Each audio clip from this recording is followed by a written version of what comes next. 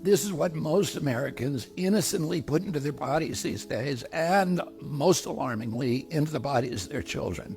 And it's no coincidence that Americans die earlier than Canadians or Germans or Italians or Japanese or Koreans or Australians or most any other comparable country. And it wasn't always that way. Until the early 1990s, our life expectancy was the same or better than other developed countries. Then, suddenly, more and more Americans began suffering from chronic diseases, from obesity, cancer, diabetes, kidney disease, Alzheimer's, heart disease, and all kinds of autoimmune diseases. Our maternal mortality rate soared to the highest of any developed country on Earth. Same with infant mortality. Like the frog in the slowly boiling water, we didn't really notice as we got sicker and sicker. We've grown now to accept chronic disease conditions as normal. But now, in 2024, we're finally waking up to this cataclysm, and we're asking ourselves, how in the world did this happen? Well, a big part of it is our diet. Restaurants that serve contaminated food are fined or shut down. But when it's the government that approves the poisons in our food, a few people get very, very rich, and the toxins end up in every supermarket aisle. Let me show you what I mean. Doritos, Cheez-Its, Cap'n Crunch, gummy bears. Everyone knows that these are junk foods, so maybe you wouldn't be too surprised to see that the ingredients include a lot of poisons, including a harmful yellow dye called tartrazine, or yellow dye number 5. What you may not know is that this dye was originally made out of the sludge that's left over when you turn coal into coke for blast furnaces. It's called coal tar, and I've actually sued many big industries for legacy contamination of coal tar all around the country because it's so toxic and it's so harmful to the environment and human beings. A century ago, it was just an obnoxious industrial byproduct that everybody was trying to figure out ways to get rid of. One of the ways that they did that was by paving roads. But then a British chemist figured out that the coal tar could be used to derive fabric dye. And if fabric dye, why not food?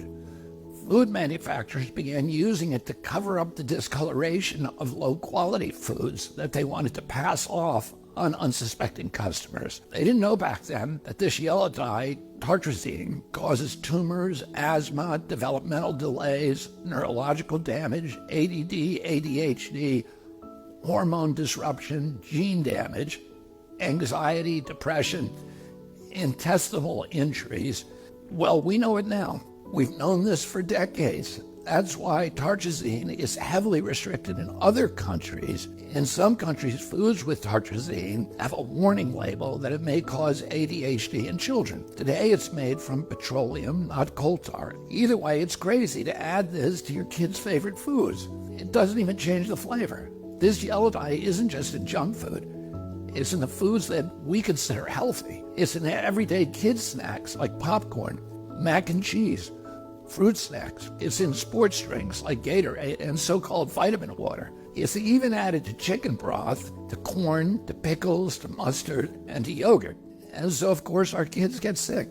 And we lovingly feed them chewable vitamins which have, surprise, tartrazine. And so the cycle continues until the coughs and asthma kick in, at which point you go to pick up some cough syrup. And yeah, you guessed it, tartrazine. I've been picking on tartrazine today, but that's just one of at least 100 chemical poisons that our health agencies allow into our children's food. I can make a video just like this to talk about Red 40, BHA, BHD, potassium bromate, chemical after chemical, and on and on and on. If just one of them can cause all of these problems, imagine what they're doing in combination. That's never been studied. If we took all of these chemicals out, our nation would get healthier immediately. We'd have fewer sick days. We'd have better focus. We'd have less anxiety. Our kids would learn more easily. We'd lose weight.